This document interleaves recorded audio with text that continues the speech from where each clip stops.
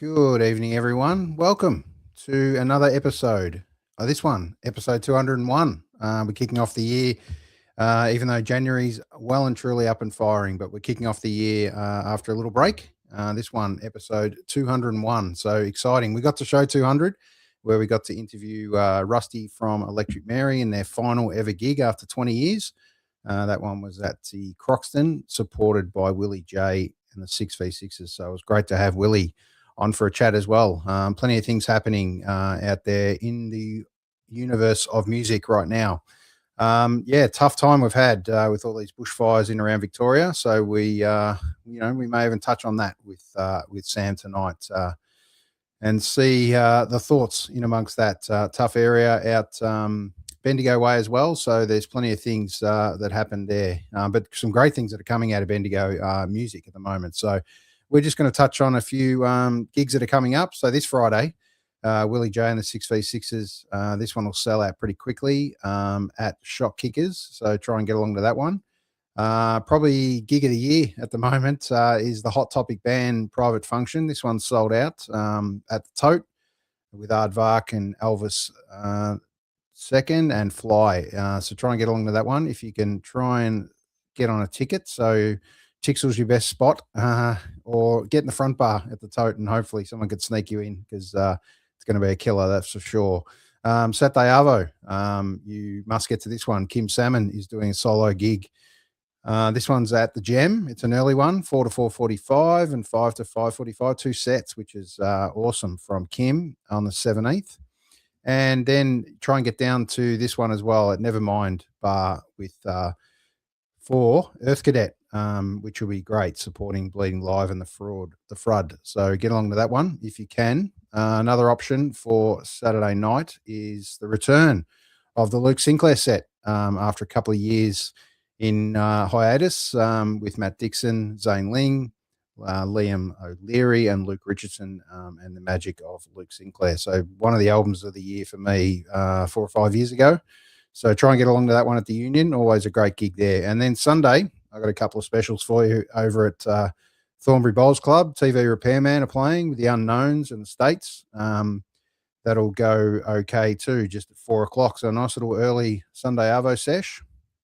And then you got one more for Sunday. I'll round it out with the Fools get down to Lurley Tavern. So before God knows how 10-piece Fools are going to fit on the stage at Lurley Tavern, but I'll give it a crack. And it'll be a great arvo of music as always. So plenty on. And Festival of the Year has just been announced with a killer lineup. Lollapalooza is on again.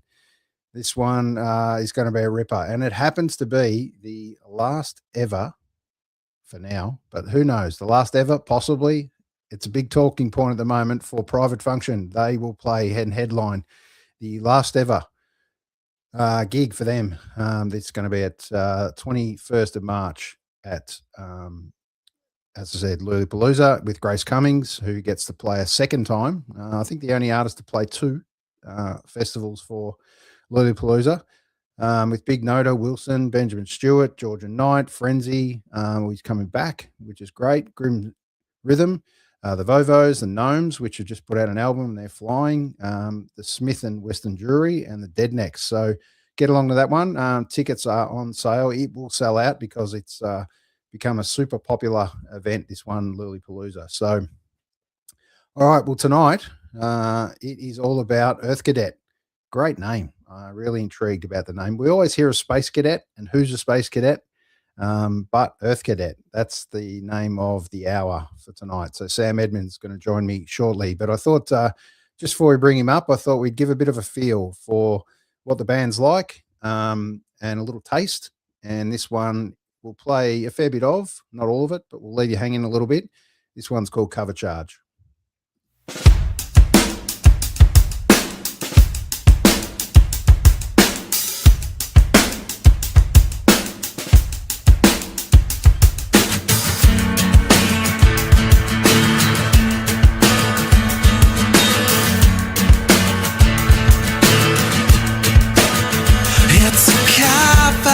Charges living large in the hope of yesterday.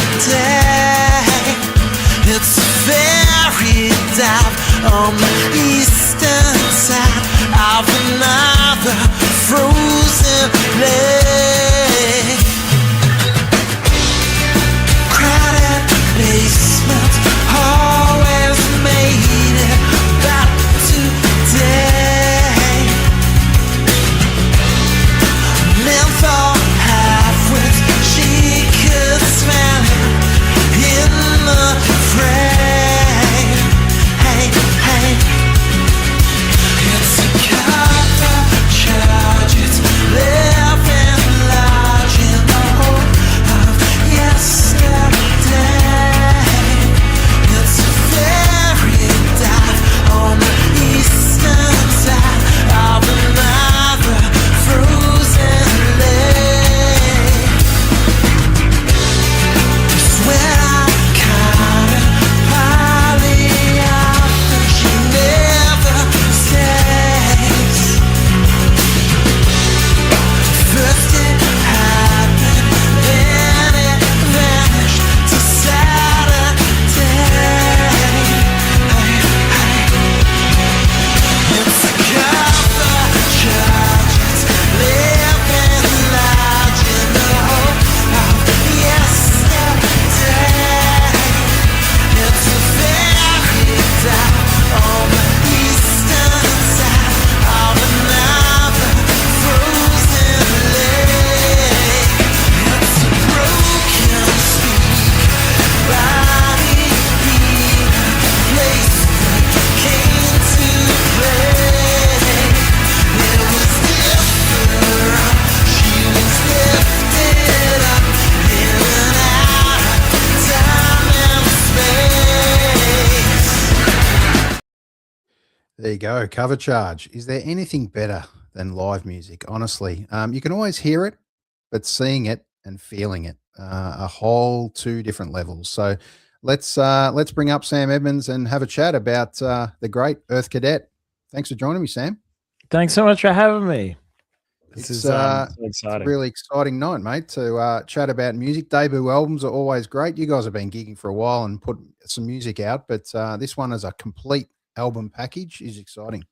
Yeah, we really put a lot into this one. I think we had our EP out in 2024, and then we came and did we kind of set us that we wanted to get a record out, like a proper LP. I'd never done one. Like my brother's who's drums in the band, he's done a couple of albums, but I'd never done one, so I was psyched to try to give it a go. And yeah, we had Fidge come on board in Feb. We had some bass players switch over with a previous person that was on.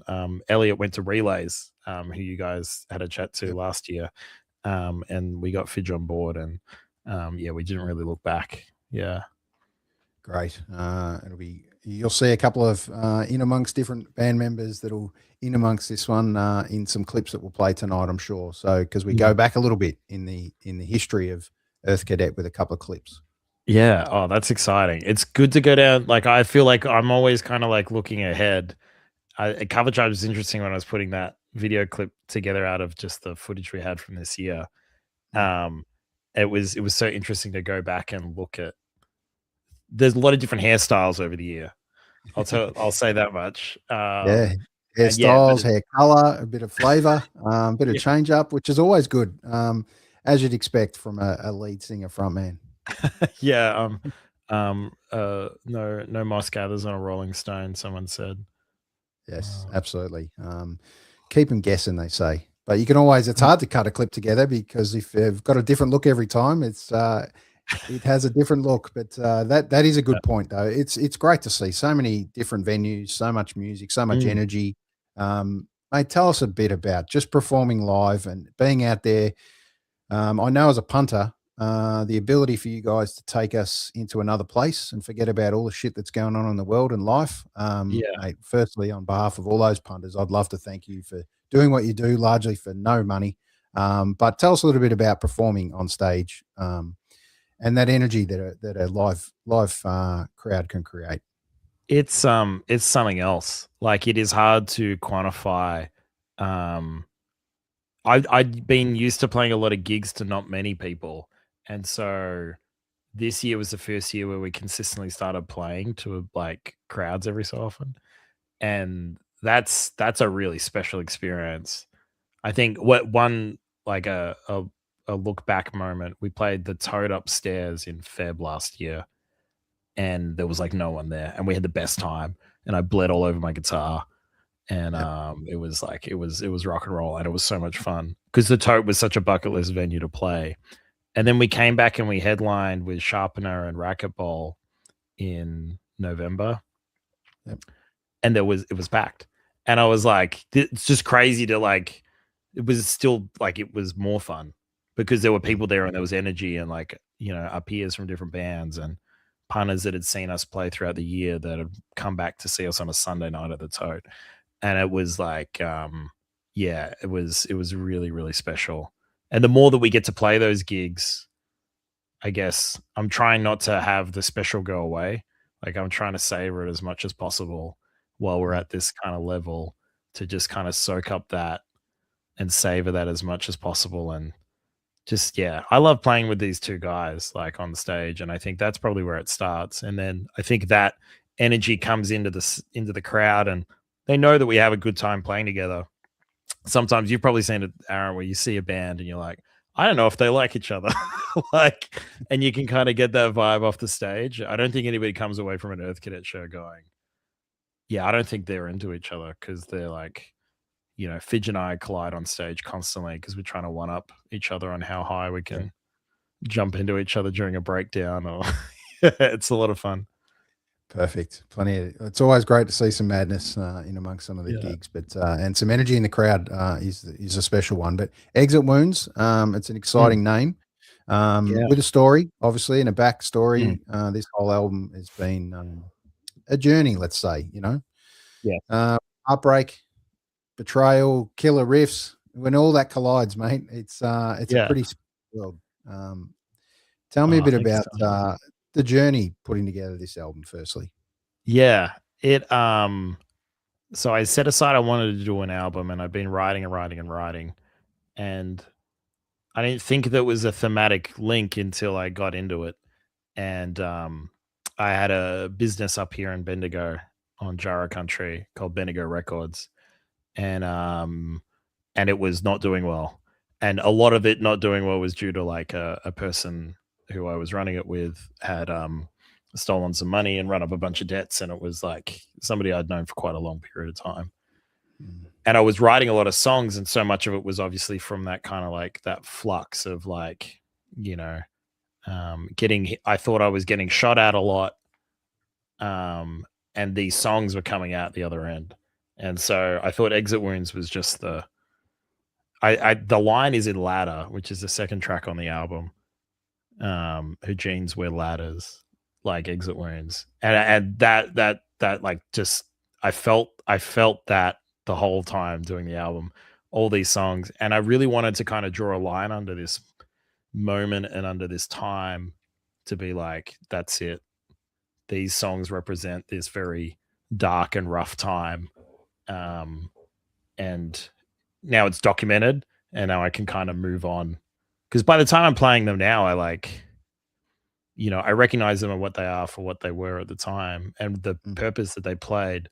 But I'm in such a better place. I feel like I have a different relationship with them now. Yeah. Yeah, well, that's good that you've purged some of these moments, and well, mate, it's always great from a negative environment can come a killer album. So yeah, it's like a creative's job, I feel, is to try to like synthesize things that are happening that are rough into something that's you know, something else. It's, you know, like trees with carbon dioxide, you know, like, you know, I feel like art for me turns some of that stuff that's not great into oxygen, and other people enjoy it, which is the thing that blows me away, because I write these songs for myself, but then somebody will come up to me and they'll be like, oh, you know, I love Cover Charge, or there's a line in Syntax Error, and they're like, oh, I felt that, or Broken Bones, like really strongly. I had that guy from Hungary text me the other day. He's like, there's a line in Broken Bones glass is always empty no matter what you pour. And he's like, oh, I know like 10 people like that. I'm like, yeah, it's just like those sorts of metaphors we can all connect together over, because we're not really experiencing anything differently. I'm just kind of putting it to like a grunge rock aesthetic that people can get around. Yep. All right, we're going to play a little bit, about a minute or so of Harder Baby. Here it is. Oh, nice. Track number 1 on the album.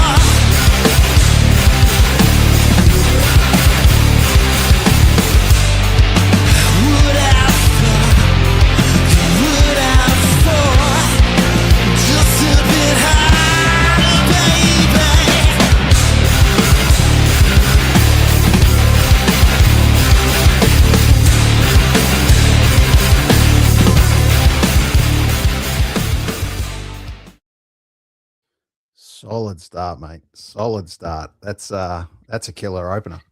Oh yeah, we love that one. I'll give you a bit of background on that one. That's actually fun. I haven't told this story to anyone but Micah.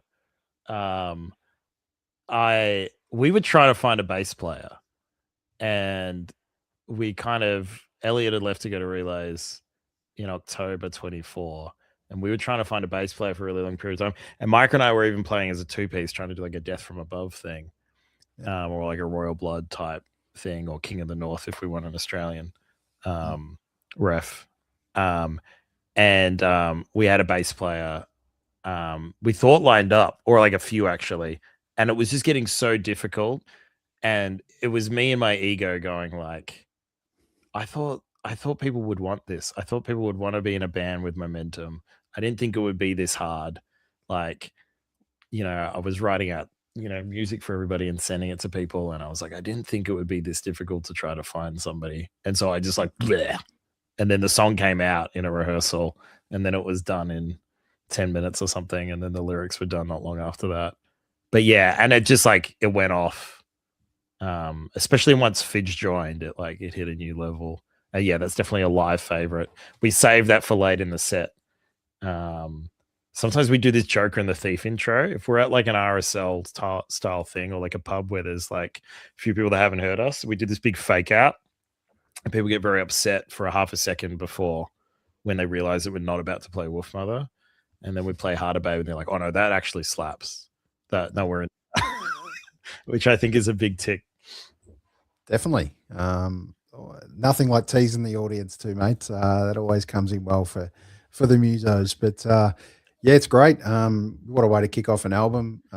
And just tell me about blending this band together. Obviously, you and your brother. That endless search to try and find the chemistry of the next person, because you'd created a band, you had the energy, you had someone move on, and then how does it feel, that connection to try and the deep endless search to try and find someone and the right fit?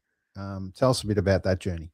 Yeah, it was really frustrating at times, I think, because we'd worked so hard in 2024, to get the band to a point where we could, where 2025 could be a big year.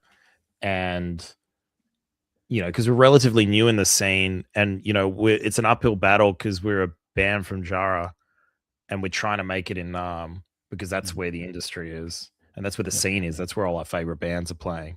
Some great bands in Bendigo, but like the post-hardcore grunge scene in Nam is where it's at. And we just couldn't find anyone. And Fidge used to come to the store, and he was like a season ticket holder. He would come to every show, whatever show was playing at Bendigo Records when we were being an all ages venue. He would always come. And then we had a guy filling in for us on bass. And he went up to a friend of ours and said, oh, you should learn. And Fidge was standing right next to him. And I didn't know that Fidge had played bass in uni. in TAFE, and he got a little jelly, and so he hit me up that night, and he's like, "Can you send me like the tabs for ladder?" I'm like, "Yeah." He's like, "All right, I'll do a video and I'll see, and you can see whether I can." I was like, "Yeah, cool, all right." So I sent him all the music, and he just learned everything in a week, and then rocked up, and then we had the other bass player for an extra gig, and we said to him like, "You don't have to play if you don't want to, because I think Fidge has got it." And then we had I think our first gig with Fidge, and we had Wago from Alarms and Vague Rituals, who's seen us play a dozen times, and he came up to us straight afterwards, and he's like, "That's the best I've ever heard, you guys." He was the missing part. He just puts tent pegs down, is what Wago said, and I think that's how Fidge views what he does in the band. Like Mark and I can get distracted and go off and do things, and Fidge kind of holds us, in the ground, which is a 3-piece. You can't have all 3 people off doing different things. We're not all Cream, or the Jimi Hendrix Experience, like, especially with the style of music we do. You need that like Chris Nosselvik guy, like in Nirvana. Like you need somebody to kind of hold you down, and that's what Fidge is for us. Yeah, it's a great description. The 10 pegs in the ground. What an absolute grounding, and that's what a real bass player can do. And it's not always the bass player, as you know. It can be the drummer, but if you've got a drummer that likes to really go for it, plenty of flair, plenty of feels, and plenty of energy, like your brother is, mate. That's that needs to be tamed to some degree. And I wasn't going to be the one to do it. So, tell him. we had Fidge. Yeah, or tell him, exactly. Yeah. Last thing you want to do is hold someone back. And you definitely seem like a guy that wants to express that energy and have that energy in a band. But there's plenty of tasty licks in the bass in amongst these tracks for sure. Yeah. I think I think there's only a couple of songs on the album, because we'd recorded them before Fidge joined, that I play bass on. I think Ladder and maybe Bones, but everything else is him. I remember I tried to track bass on Love Dispersion, which is the 3rd track off the record, and it just sounded like me doubling the guitar but down lower. And then I was like, "Fidge, what are you doing tonight?" He's like, "Nothing." It's like, "Can you come around?" Because we just record the bass here in my office / studio. And he comes in and he tracked it in like 2 takes or something, and there was just a different feel to it. He's playing the same notes, but there's just a different vibe to it, and it instantly sounded like us. And it's really special when you can find someone like that, for sure. And honing that sound, that's the real challenge, right? The endless journey of finding out, is this it? Is this us? And you've recorded a bit of music, put out some music, now honing this to be an entire album that you're proud of, and you're letting go of your first baby into the world. That's the challenge now, to keep that flavor, or evolve into something else and bring it together somewhere. So I think you've been able to do that beautifully, and from what I hear in this album, but then also hear the live version, which is super cool, that you recorded at the Bergie. It's got a little change up. There's just always the feel and flavor of what a live performance does. We there's a lot of guitars on the album. Like Cover Charge has like probably 6 or 7 guitar parts right at the end. There's stereo acoustics, and there's like lead parts and everything, and everything's song serving, so you don't realize until you kind of like pick it apart. And there's a lot of that throughout the album. What people would do with vocal harmonies, I tend to do with guitar parts, but I can't play all that live. Like there's only one of me. And so the live experience is distinctly different, and we really enjoy that. I think one, it's way easier to tour with just 3 people rather than 5 people and a keyboard player. But it's just fun. Like people can listen to the album and then get a different experience when they come see us play. And having those 2 kind of versions of Earth Cadet sit so comfortably together is really, really, really fun. Yeah, definitely. So tell us a bit about some of the early days of you as a musician, mate. When did you pick up the guitar? And was it always guitar for you? It pretty much was. Yeah, I think I had piano lessons when I was younger, but I didn't take to it. And then I think I picked up the guitar about 13. My dad's acoustic, he had an old Stella, which my brother has now. Actually, dad found a bunch on eBay about a year ago, and he bought each one of the family. Like, basically it's a replica of the one that we all learned to play on when we were kids. It was really cool. So I've got that sitting somewhere in the garage. And yeah, so I learned to play on that, chord books and stuff from the library at school, and yeah, like listening to a ton of music, and then I had some guitar lessons, but mostly it was like I was coming up around the time the guitar tabs were happening. So I'm 35, so yeah, guitar tabs were starting to kind of take off. And so that made it a lot easier to kind of learn your favorite songs because like the generation before me, they had to like either learn all by ear, which is really tough to do when you're just starting out, or you had to get your guitar teacher to do it, and you could learn one song a week. Whereas with the internet, we could learn however many we wanted. So that's probably how I started. And yeah, it was pretty much always guitar. Yeah. Yep. And your brother, was it a garage band that kicked off? How did you guys get together and kind of decide that this band was going to be for you guys? Yeah, we he'd played drums, and he started playing drums after I moved out. And so whenever I'd come back, we'd always have a bit of a jam or something. But I hadn't thought about the initial project was going to be me playing bass. We were listening to a ton of Death from Above and Royal Blood, and it was going to be me playing bass and him playing drums and him singing from the drums, probably, because he's a much better singer than I am. His project's called The Cinema Alone, and it's more proggy and reverby, and kind of has this Buckley Radiohead thing going on. But I had moved to Bendigo to start the business, and I was playing some solo gigs around town. And I'll tell you this, Aaron, Bendigo needed another solo acoustic singer-songwriter, like it needs a hole in their head. Yeah, and so absolutely. I was like, yeah, this isn't for me. I want to be in a alt rock band. I've been in alt rock bands when I was a teenager, and I want to try singing again properly. And he just moved up to work at the shop, and we started jamming again. And then one of our customers, Elliot from Relays, I was like, are you doing anything? Are you in any bands at the moment? He's like, nah. And we love Fountains of Wayne. It's like Elliot and I have this, we're the only two people in Bendigo that love Fountains of Wayne. And so we bonded over that. And then we started jamming upstairs at the shop, and I was like, yeah, I reckon we can put some of these songs in a more 3-piece context and see what happens. Yeah, great. All right, we're going to split it up a bit with another track. This one track, we skipped to track 4, Empty Space. I love this one. We'll get this one into your ears.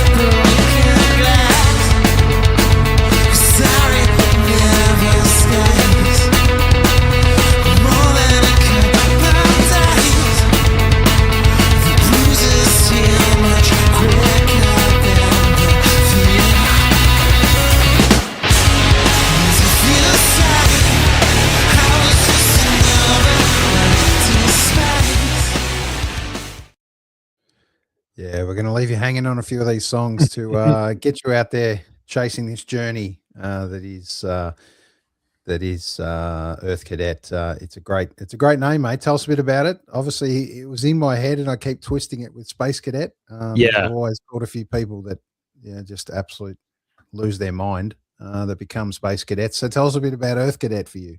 Yeah, it's funny. They got a name wrong when we played Apollo Bay on Friday night, and we were Space Cadet on the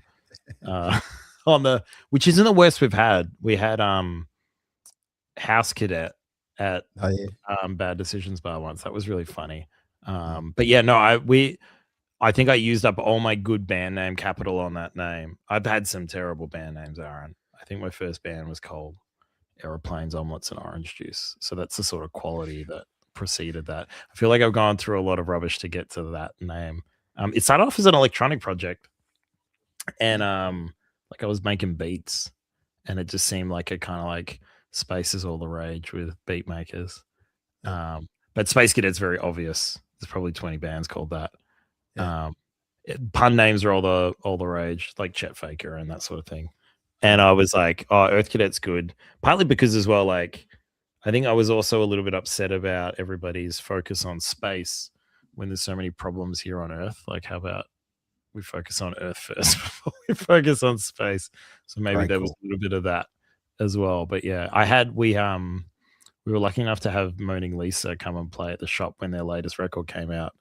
And I remember Haley coming up to me and saying how much she loves the name because, like, Moaning Lisa is like the greatest pun band name of all time, and she really loved that we'd done the same thing. So I took that as the highest praise for the name. Yeah. And ultimately, we are all cadets on this earth. That's for sure. We're all so it's great. And one thing I love, mate, a little bit about your social media, and I want to touch on that is your connection into that for your mental health check-ins on Mondays. I do want to bring that up because I think that's really cool and important. And especially important as men to jump on and have those chats. We try and do a tune in Tuesday kind of thing, which is the first of the month.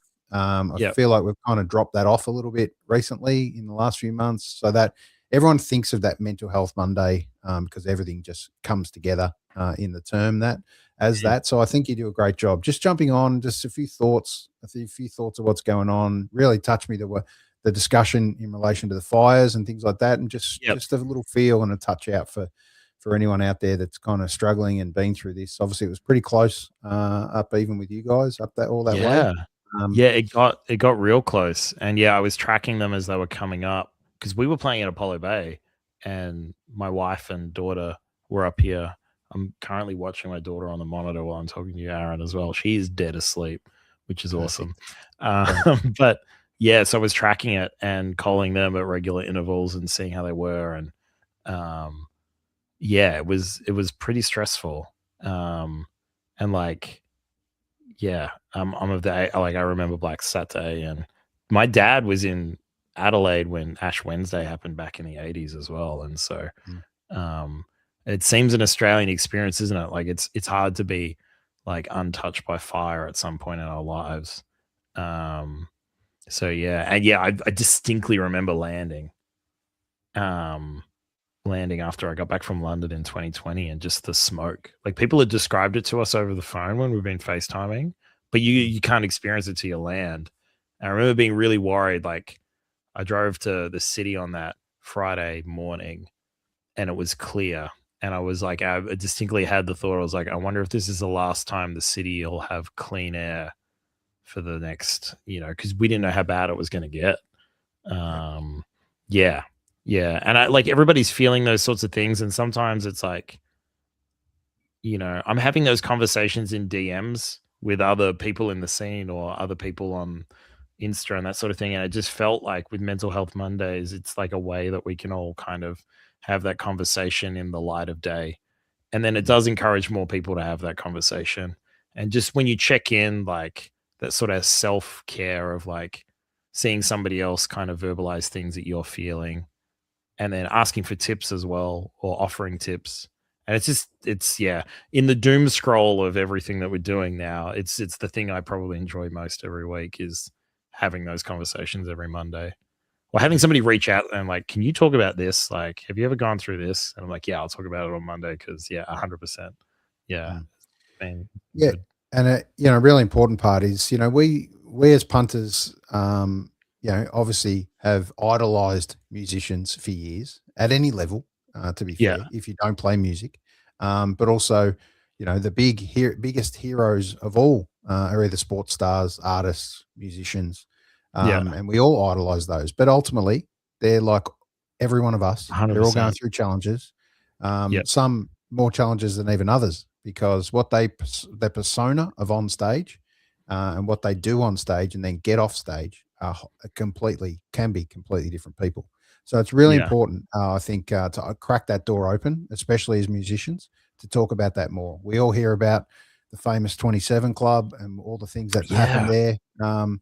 And, that was very much in that grunge scene as well, obviously with Nirvana being one, but Amy Winehouse and others that are in that space. Yeah. Grunge for you. Tell us a bit about growing up with grunge and your influences and where'd they really resonate for you in those kind of 90s plus. Yeah. It's the most important genre of music that I've engaged with. I think there's something about the excess of the 80s that really rubs me the wrong way. But there's elements of and I love late 70s punk, but there's elements of it being like this kind of bravado about how uncool it is to be unpolished. And I think grunge had the aesthetic of that punk rock thing of not caring and expressing yourself, but then it wasn't the end of the world if you were good at music as well, and you could absolutely shred a guitar solo, or you could write a melody, or you could sing a melody, or you could, I feel like it was that perfect, those 4 or 5 years with this really great distillation of what you could do in rock songwriting, that just the emotion of it, and as a guitar person, I think guitar's just being at the forefront of the experience. It's it's a really special genre for me, and something that I constantly go back to. If I'm I'll put Super Unknown on, or I'll put Nevermind on, or go back to these touchstones for everybody, and kind of it centers me a little bit for sure. And post-hardcore as well. There's this kind of I've been getting into that the last couple of years, because you had the big four out of Seattle, and then you had Pumpkins out in Chicago and stuff, but then you had all these bands underneath that were absolutely killing it, but they were kind of not getting their due, like Quicksand, rival schools, the whole kind of second, third wave emo, post-hardcore stuff out of Portland, like Hot Snakes, and there's so much really great stuff. Sparta and At the Drive-In, and it's been really fun to kind of really immerse myself in that 90s, early 2000s thing lately, and it's just constantly inspiring. Do you find yourself, obviously a record guy, digging back through some of those back catalogs and going down those rabbit warrens often? 100%. I managed, before the store closed, I managed to order in every Rival Schools record, and that's a really special part of my collection now. Everything Walter Schreifels does, I absolutely love, like Gorilla Biscuits and Quicksand, and I think he's one of the most underrated songwriters America's ever produced. And very cool. He's just phenomenal, and the way he approaches guitar and drop D and melody, and I don't know why he's not way huger than he is, but I'm glad, because then the records didn't cost that much, right. and now I have them. And I'll listen to United by Fate any day, start to back. Shan from Relays, he can spot it. When we put a new song out, and he's like, "You've been listening to Rival Schools again, haven't you?" I'm like, "Yeah, I have." He's good at that. Yeah. And the last album you purchased, mate, what was it? It was it was Fugazi. It was I got a voucher for Christmas, and so I went and got End Hits at Rocksteady in the city. Pat and Tom, they're my faves. And before that, it was Maggie Pills, their record from last year, Hearts Enduring, Lingering Loss. Fantastic record. Yeah. And do you remember back to that first time of having your own hard-earned cash from anything? Someone gave it to you, you saved it, whatever. What'd you I buy? do. I saved up real hard and I got a boom box. I put it together like $300 to get like a CD stacker, Yeah. like CD player. And it had the speaker grate was like bent on it. And so dad had to chat to the guy at the Good Guys and I got it like $200 off. So I had all this money left over. So yeah, it was like, it's probably like, I'm not as proud of it now at the time, but I rinsed it. Was the Chili Peppers best of. Oh, That yeah, was for the sure. first CD I bought with my Yeah. own money. Absolutely rinsed that album again and again and again. There's been a few we've all flogged to death over the years, and Yeah. there's been ones that I've had on record first, or a single even first, then bought Yeah. the record, then bought the CD, then bought or cassette before then the CD, Yeah. then the MP3 as it came out, and got it on the iPod. Yeah. And now it's a world of digital, sadly, even though I love nothing better than the vinyl and spinning records, but Yeah. and that feel and flavor. How important is it for you to Yeah. try and eventually get this onto vinyl and put it out, hopefully in the future? Yeah. I think I know too much being in the industry of how hard it is to get it pressed and then how expensive it is and then how rare it is to recoup your costs. I think a 7-inch, like I think something like I was at my friend's house the other day and he had this, it was a split 7-inch between Basement and like Touche Amore. And then he had a bunch of Title Fight 7-inches and stuff. And I was like, that's probably what I would love to do. Cause there's something you do 100 of them and they go on Discogs and then they disappear. And then, that's the only way to hear that song in many cases. Getting Exit Wounds on vinyl, I think so. I think at some point there's a couple of tracks left over that we probably could put on it. And I think I might do a deluxe down the line. But yeah, there's a bit of trauma with vinyl. And I guess I grew up on CDs. Like getting it on CD was the really special moment for me because I think that's how I'd consume so much of the genre that we like the most of. I feel like that genre belonged to compact discs. Like I know Pearl Jam were printing on vinyl and that was part of the thing that kept vinyl alive. But those bands that I love, that's how I found them and that's how I experienced them. And and I've still got a CD player in my car, which is the best. I don't have a vinyl player in my car, unfortunately. And let's face it, most CDs have become hanging off lemon trees trying to deter birds these days. Yeah. But they're always a great feature. That something about that rainbowy kind of shimmer that makes it special. The cracked gel case, and so you go to the op shop and you get like an Andre Rieu for $1 just for the immaculate gel case, so you can pull it apart and put your album back in there. Absolutely. That you can't do that with a vinyl cover, unfortunately. Great times. And the classic, we must touch on being in the CD era, the stackers and how hard it was to try and remember which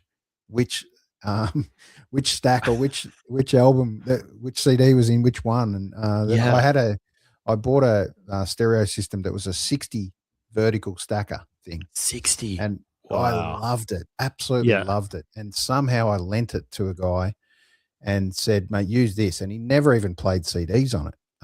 He just used it for the radio. And I went away and I came back and I said to him, have you still got that radio? He goes, dude, mate, I just threw it out on the nature strip. Oh, but there was 60 CDs in it.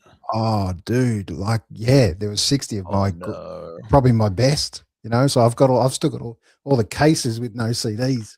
So it kills me to think about reinventing that one again, but more just everyone loves those firsts and those moments that you have, that was one of the things I spent hard-earned cash on that I loved. And then it just disappeared. So I've Googled it. I've tried to find it again. Can't find it. Doesn't exist, probably out there. And I'd pay stupid money just to get one, as we do. But tell us a bit about, paying stupid money for stuff and loving things. Your first guitar, mate. And what have you playing now as well? And what would you love to play? Give us those three. My first guitar was a Epiphone Les Paul.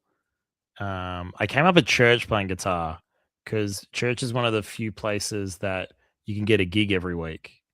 Again, like my generation, like my father-in-law, like it was easy to play in cover bands around the place, but that was before the Pokies, you know, and the Whitlam's history lesson. Unless we blow up the Pokies, it's still harder to get a gig. And so like church you could play every week because they always needed guitarists, and everybody played Strats, and I wasn't interested. And I was like, no, I'm gonna go. I'll zig where they zag. So I had an Epiphone Les Paul, like in Sunburst. It looked like the Jimmy Page one. I wanted the one that looked like the one that Jimmy Page played, and I've still got it in the garage somewhere. Yeah, I won't ever sell that one. I'm currently playing. This is a Player Jag. I was doing some demoing today. Very nice. I got into Fenders in a big way, and I came back around to Stratocasters. And yeah, this is I got a blue. I had a guitar pedal that I was on a wait list for ages, and I used it for a bunch of years, and then I sold it, and they're worth stupid money, not what I paid for it. And then I flipped it for a Jag, and then I needed a new one, so I bought one off a friend of mine up at the guitar shop, and then I made it look like the Exit Wounds cover as well. Great touch. Yeah. And is there a guitar that you'd love to get your hands on? It's the current squeeze. Guitar I'd want to play. I'd love a vintage Jazzmaster. I don't think it's going to happen for me. They're very expensive. But yeah, that'd be sick. But yeah, no, I'm pretty happy with my guitar situation at the moment, which like you never hear from a guitarist. They're always looking at the next one, and I'm like, yeah, I'm good. I'm probably good. Like I've got my main guitar, and then the one like it's a blue one. It's in its case over there, and then I've got that one as kind of a backup, and I'm kind of good. So travel light. That's what you want. Yeah. But that's the guitar's done. What about the pedal situation? That's changing all the time. Yeah, that changes all the time. Yeah. And a couple of overdrives. Do you go down that kind of rabbit warren of what were they actually playing when they played this grunge and this style and the way bands I love? Have you gone down that chase to find exactly that tone that they were getting? I have, yes. Multiple times. And I normally approximate it. So like what's available, what's at hand. And then also like, what are the things I like about that tone and what are the things that I don't? You know, I tried Proco Rats and DS1s, and like that Kurt Cobain tone is very specific, but it's not something that like moves me typically. But yeah, it's probably more the gazy tone at the moment, like that big fuzz thing. I've been looking for a really big fuzz, and a chorus, and I've got a chorus on the board now. I remember you talking to Great Australian Bank, and them talking about chorus, and I was like just sitting there nodding. Like once I figured it out, it changed how I did everything. I was listening a lot to a band called Teenage Wrist, and he uses chorus in a really interesting way, like heavily distorted chorus. And so I looked at his chorus actually, and I couldn't find one. And then they had this whole Japanese CE3, Boss CE3 down at the local guitar store. And so I swapped a couple of pedals I wasn't using for that. And it just like, it changed the sound of the band and made me very happy. Yeah. It's super rewarding to finally think you've got it and you've nailed it. But the challenge you had on this album is you had more than you could put on the album. So, you know, what's that journey like about what you leave off? You leave one of your ugly brothers at home, and that you still love, but it's not going to go as your first love. Yeah, there was one song called Bullet in a Ballot Box, and it just it wasn't working. Like we tried really hard. Sometimes you'll bring something to rehearsal and then it won't take off, and one person will believe in it a lot, so we'll bring it back to the next rehearsal. But I think I brought it into about 3 or 4 rehearsals in a row, and it just wasn't working. And I was giving up on the song as it was going. And so I was like, no, we'll just write other songs. Like it's not the end of the world. And so that left. And then I think Embers came after that, and we're like, yeah, that's a much better song. And so that made the album. But yeah, I think it's easy when you're constantly writing to know that there's another one coming. Like when you're in a glut and you're like, I don't know if I'll see another song, so we have to make this one work. It's like, that's not the ideal position to be in as an artist. I think you need to be constantly creating so that you know that you have that freedom to let things go when they're not 100%. And yeah, we did that with a few songs. And there's tons of stuff that never gets to the band. Like I'll sit down and, whole songs like that just, written in an afternoon or something. And I believe in them for about 3 or 4 days afterwards. I'll be listening to the voice note over and over again. And then I'm like, no, it's actually, no, I think there's better stuff to come. And so you just you enjoyed the experience of creating them and you enjoyed the experience of recording that voice demo. And sometimes I'll go back to it just as a kind of a going and like what it sounds like when I wrote a song back then to what it sounds like now. But knowing that there's other stuff and there'll be other better songs. I used to hear artists go like, oh, we wrote 700 songs or 100 songs for this album and we got our best 12 or whatever. And I could never understand where they were coming from. And now I kind of get it. I'm like, what they mean is that they had, they wrote every day for a year. You're going to have 100, 200 ideas, but not all of them are going to be great. Jeff Tweedy from Wilco, his book on how to write one song was a giant inspiration. And he goes, 1 in every 10 songs will be good. And so if you only write 10 songs in a year, you're only going to get one good song. But if you write 10 songs, every other week, you're going to get a good one a lot more often. And then he puts out a triple album this year, a year out of a Wilco record. And I'm like, oh, well, I get it because he's writing every day. And so he's finding good stuff constantly because he's just in practice of it. He's not waiting for inspiration to strike. He's there at the workbench and he's working on things every day. Yeah. And who's your sounding board, mate? Who do you run it past? Is it the band themselves first, and then, or is there another listen or a few that you push it out to first to tell you you're on the right track? It's mostly Micah and Fidge. Yeah, for sure. I demoed up a song the other day. Actually, it was called "Ketamine for Christmas." And I sent it to them, and Micah was very polite, and Fidge said what I needed to hear, which was like, it's not there. And I was like, thank you. And then we all moved on. But it was like feeling you gotta have people that you're comfortable doing that with, because I know there are some people as well. Like you have to have people that are comfortable enough to tell you when things aren't right. And Micah had told me a bit more softly as well. But you got to find people like that because, there's a bunch of people I could have sent it to that would have been like, oh, yeah, this is excellent. This is whatever. You need the truth. You don't need an ego boost. You need people to, and Micah and Fidge are definitely that. Sometimes I'll run it by my wife. She's a much better musician than I am. And so it's always good. But that's a last resort because, and it has to be a pretty completed thing before I hand it to her to pick over because she tact is not her forte at times, especially when it comes to my singing. Yeah, that's all right. Sometimes if it can't, someone as honest as your wife needs to be. She can be probably more brutal than your brother by the sound of it. But yes.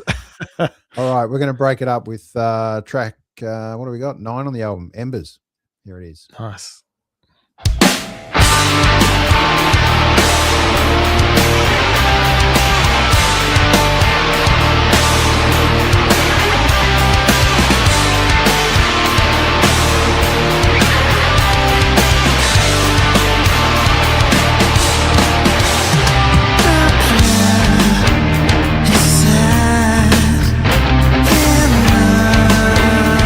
Dream. My head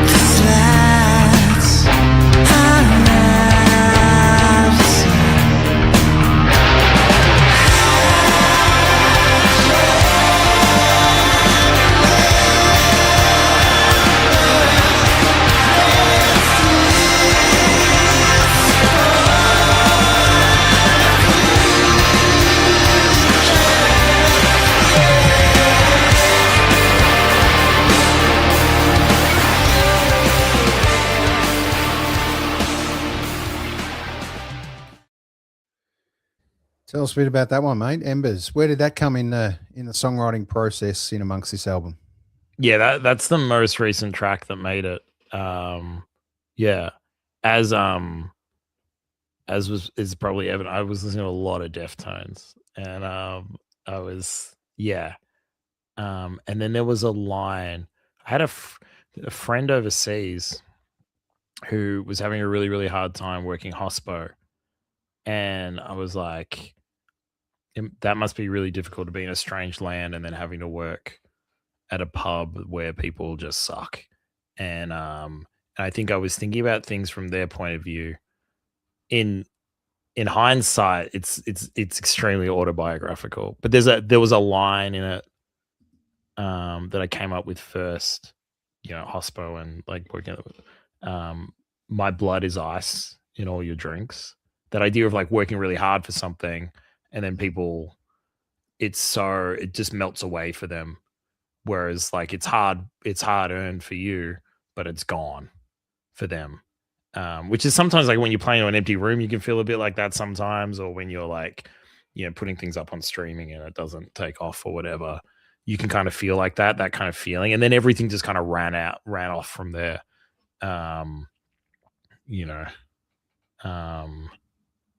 But I think the chorus was about embracing that uncertainty anyway. Like, let's, be disappointments to our parents or whatever. Not that I am. My parents are incredibly proud of what we do. Like, don't reach out to them for a direct quote, but they've told me that, I swear. But yeah, like kind of embracing that anyway, that's the industry we're in and that's what we do. And for the chance to artistically express ourselves, this is just what we have to do. And it looks different to different people and in different ways. But that's where that song kind of came from. Beautiful. All right. Well, what's next, mate? What's next for you guys with Earth Cadet?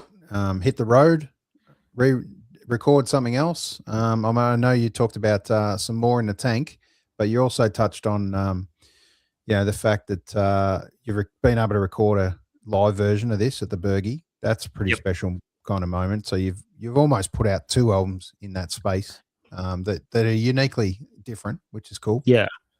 Yeah, it was really fun doing that live album. The Bergie always have such a great setup there, and so it was really fun to get those tracks and then be able to mix them down, and then we're trying to encourage people off Spotify as much as possible. Whereas like you kind of need to be on it so that people can hear your music. We've got like some teenagers and stuff that are big fans of ours. And I know that the only way they're hearing it is through the family Spotify plan. So we don't want to pull all our music off. But you still want to kind of reward the people that are, true fans and give them something a little bit exclusive. So it was fun to be able to kind of mix up all those tracks and then whack it on Bandcamp. We're playing quite a few shows. So like quite a few NAMM shows. We're in this awesome spot, Aaron, now, which we weren't in at the start of last year, where people are asking us to play with them, which is just like every time somebody reaches out and like, can you play with us? Blows me away. So I'm really, really excited. Playing more in Melbourne, more in NAMM this year. We've got our first couple of festivals in March as well that I can't talk too much about. But that's really exciting. And then, we're playing with Great Australian Bank here in Bendigo. That'll be our first Bendigo show for the year on Feb 28, which will be fun. And then, we're like kind of looking at a couple of studios to get in and track. Yeah, there's probably 2 or 3, maybe 4 songs that we really feel good about that we would love to get in and track and, reach out to somebody to do a split EP or maybe do our own EP. And then I'm just going to keep writing. And then, we might get an album out towards the end of the year, but probably next year, I think. I'm looking forward to getting back into the studio. And there's a track called Sirens that we've been playing live the last probably 6 months. That was the first thing that the 3 of us wrote together. Might be the last. I don't know. But it's a lot of fun. We love it. We're going to put that down. And there's another track called Alter. And then another one called Serotonin. And we might sneak a cover or something in as well. And we're looking forward to getting back into that. I think the sound's going a little bit like in that Embers direction, a little darker, a little bit more post-hardcore. So And these new batch of songs are definitely more in that direction as well. Perfect. All right. Well, we're going to wind it back a little to Tales from the End. We're going to play a little bit of this clip. Give this one a little taste.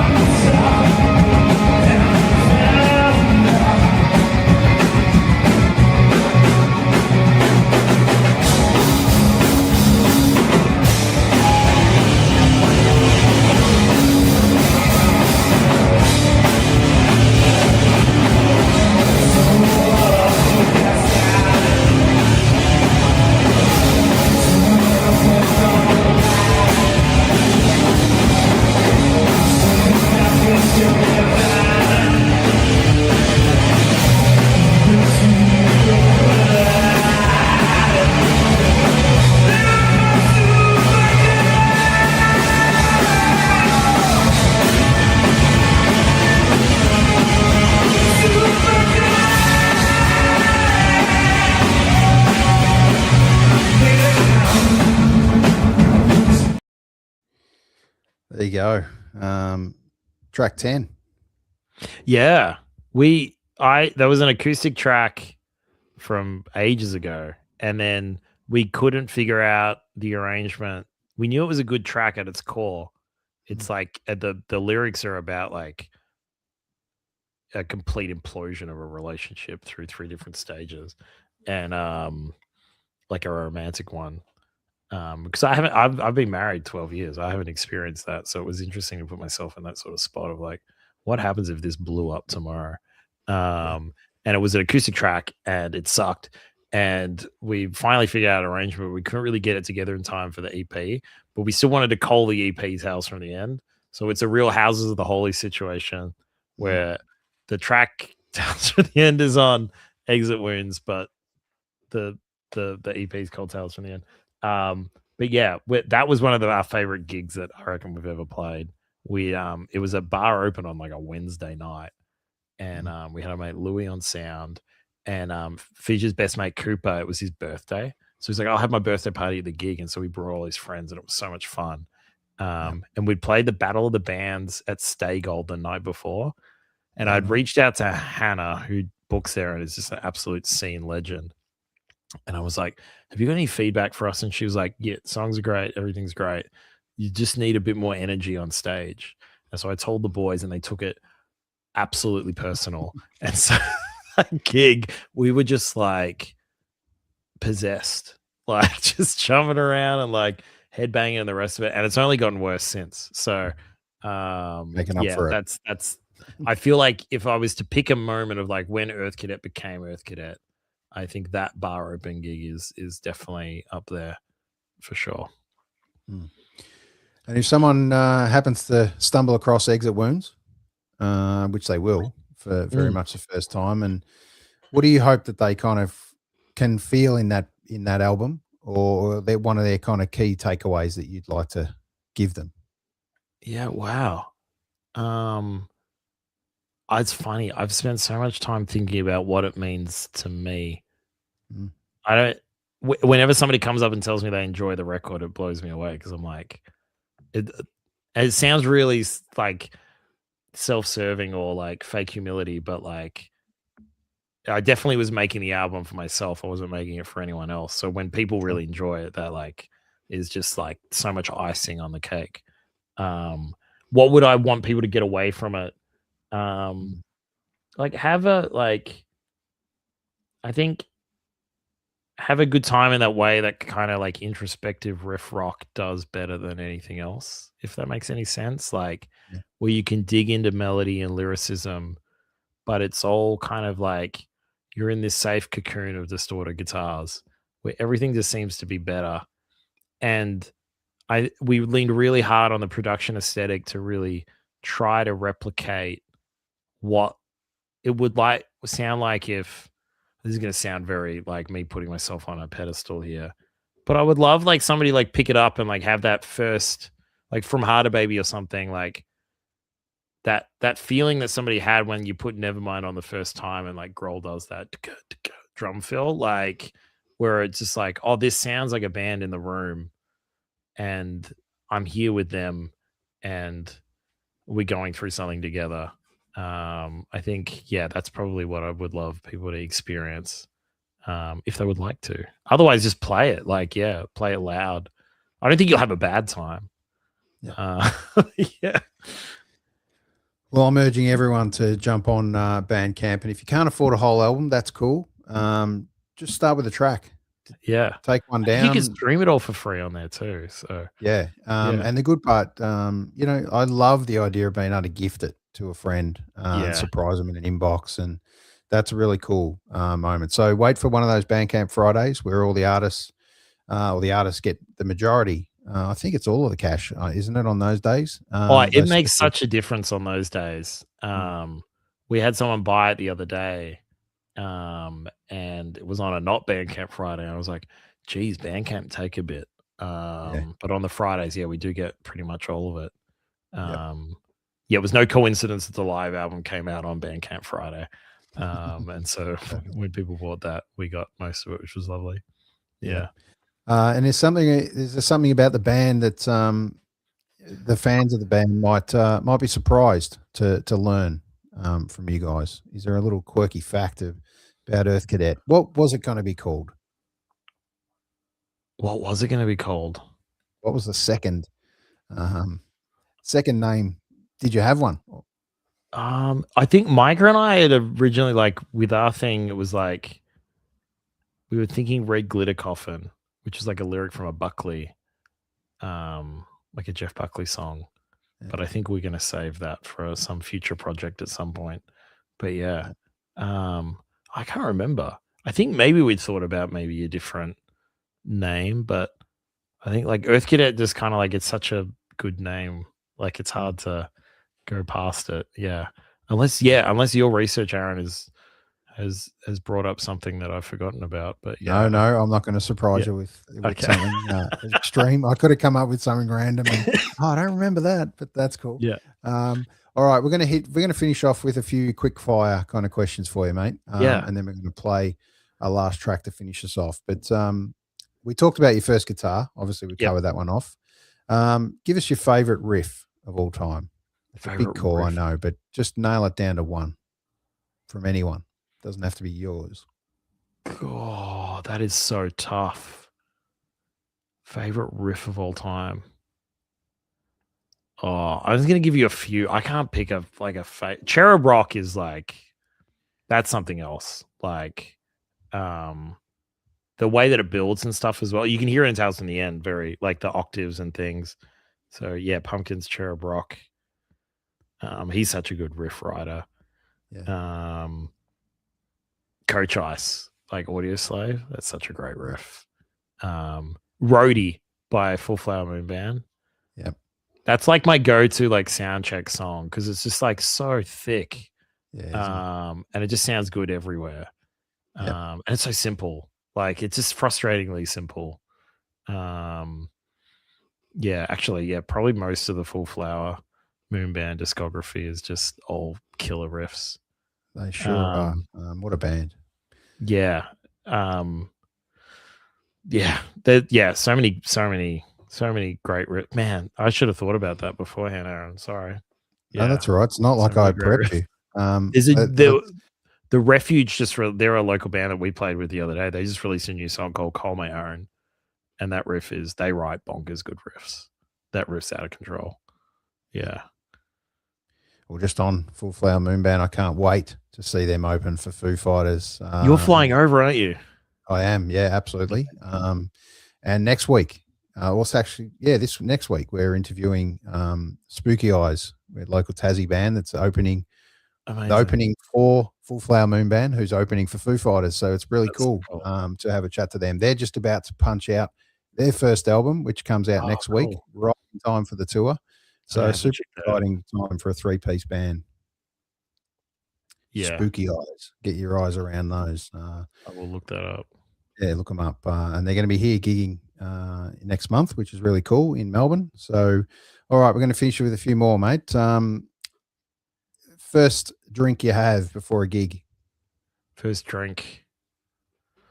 It's normally normally a Coke Zero at the moment. I'm trying to come off the beers a little bit. Cool. But yeah, it's normally a Coke Zero. Because I've normally driven all the way from Bendigo, and so the caffeine helps. For sure. All right, if Earth Cadet had a mascot, what would it be? It'd be a guitar pedal, I reckon. It'd be like a walking guitar pedal, probably a chorus pedal. Yeah. Very cool. And one word to describe Exit Wounds. Cathartic. Yeah. Perfect. For me. All right. Yep, yeah, definitely. It's got to be. Dream venue to play anywhere in the world. So it's a huge call, but is there one venue you'd love to say you've played? Oh, wow. All the music you've heard, listened to, watched. Is there one that you just go, oh yeah, that would be the place? I really want to play Stay Gold, and we got to play that for that Battle of the Bands because Teenage Wrist and Quicksand have played on that stage, and that was super exciting. Here in Australia, like playing 170 or the Forum would be sick. Those venues, I think, like they're not too big, but like probably the Forum. I think that's the best sounding venue in Australia. Yeah. And I remember seeing like Wilco, the Hives, and like Jose Gonzalez all within a few weeks of each other, and that it can do all those styles of music so seamlessly. Just amazing. Yeah, really, really. Yeah, that would be phenomenal. Overseas, there's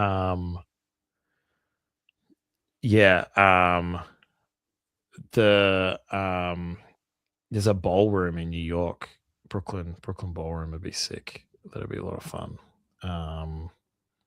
Yeah, I'd love to play. It's probably not a venue so much, but like Outbreak Fest in Manchester. They have that in the kind of the same spot regularly. That would be, that's the dream gig to play for sure. Yeah. Very cool. All right, couple more. The most underrated band, in your opinion, whether they're big and famous, but still underrated, in your opinion, sit under the radar, or a local band you might know that you go, mate, these guys. Yeah. I'll give you a local one, and I'll give you of all time Quicksand. Like they're just, Micah would say Failure, similar kind of vibe, but Quicksand for sure. Like criminally underrated. But I find people in the scene every time I go somewhere and like we play with a band, they're like, "Do you listen to Quicksand?" I'm like, "Yeah." And there's like this secret code between us because we like know. There's a band here in Melbourne called The Refuge. They're the best rock band going around. Absolutely incredible, and they should be ginormous, and they will be. They've got the drive, so check them out. They're great. They're playing on Saturday Arvo before us, actually, down at Shot Kickers. They're so good. Yeah, perfect. All right, get onto that one. Make sure you do Refuge. Is there one, we talked about riffs, best riff and favorite riff, but is there one song you'd wish you'd written? One song I wish I'd written. Brushed. Yeah, Brushed by Quicksand. I love that song. Yeah. Off their most recent record, Distant Populations. Just a great song. Really, really great song. I wish I'd written that. Because it's all the chords I would use as well. And so there's like, I think that whole "wish you'd written it" thing is like, people say Blackbird or whatever, but if you don't play an open D and you're not Paul McCartney, it's very hard to visualize yourself writing that song. But I 100% could have visualized myself coming up with that chord progression, and I didn't. So yeah, no, that's the one. Oh, sorry, a lot of quicksand refs this podcast, Aaron. Yeah, definitely. But that's great to see and hear. All right, last one for you. Finish this sentence for me. Sam Edmonds, rock music needs more.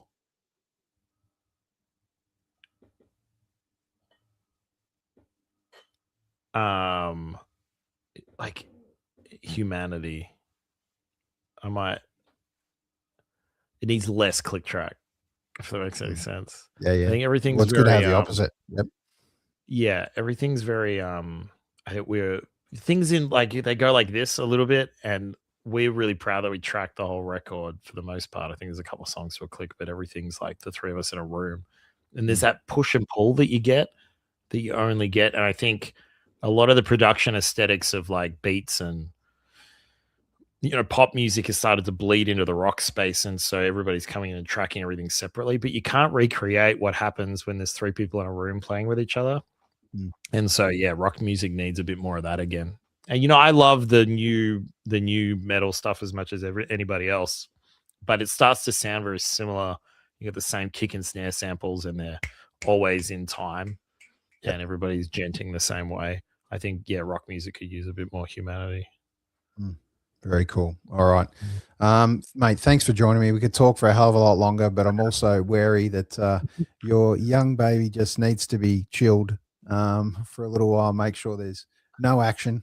Let's not make it any louder than it needs to be, but enjoy your night, mate. Most importantly, enjoy the weekend, enjoy the next gig, and may there be many more in the journey for Earth Cadet. Thank you so much for having me, Aaron. I really appreciate it. Thanks for everything you do for the scene, lifting up bands like us. We're super, super appreciative.